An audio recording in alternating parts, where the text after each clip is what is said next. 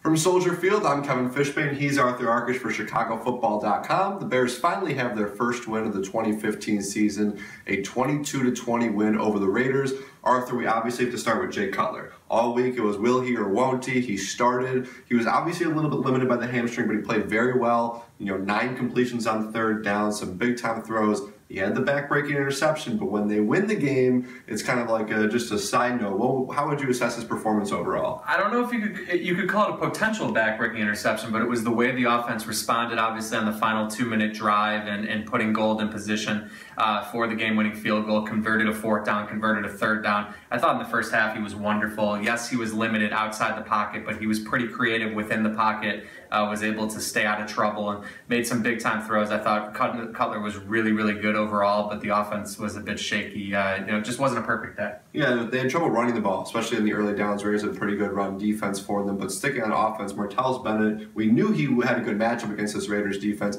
He was sensational. Eddie Royal with some big catches, and you wrote about Marquise Wilson, who came strong down the stretch. Yeah, we've been kind of hard on Wilson. He's been in an unenviable situation, obviously, but I did think that he came through today. He had the big drop on that final 2-minute drive, but it was the way he responded with a pair of grabs.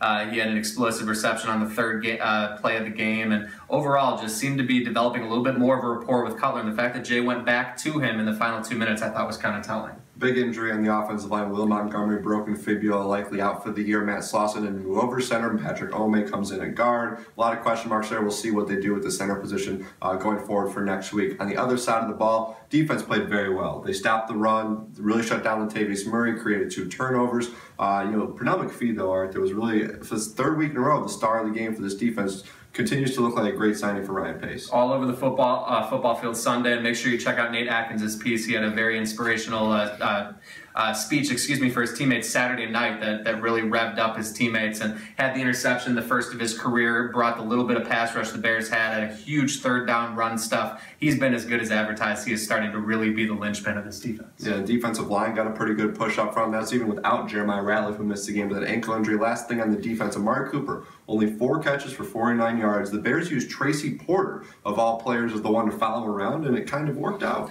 Allen Ball was active, but he didn't see the field. It was Porter doing the shadow work. Most people would think it would be Kyle Fuller, but you can't forget how Porter looked prior to the hamstring issues. He was showing the ball skills. He obviously has the big game resume, so they felt he was ready in this big moment, and he certainly came through. It's going to be very interesting to see what type of snaps he gets when Allen Ball gets healthier, because I think he's put forth performance where you kind of have to keep him on the field in some respect. Bears find a way to get the win. That's most important for them. Robbie Gould with the 49-yard game-winning field goal. He also had a 54-yarder, so great game for Robbie Gould. Bears get their first win, and we'll be at Hallis on Monday for all the latest from John Fox. For all the best news and analysis about the Chicago Bears, stick right here at ChicagoFootball.com.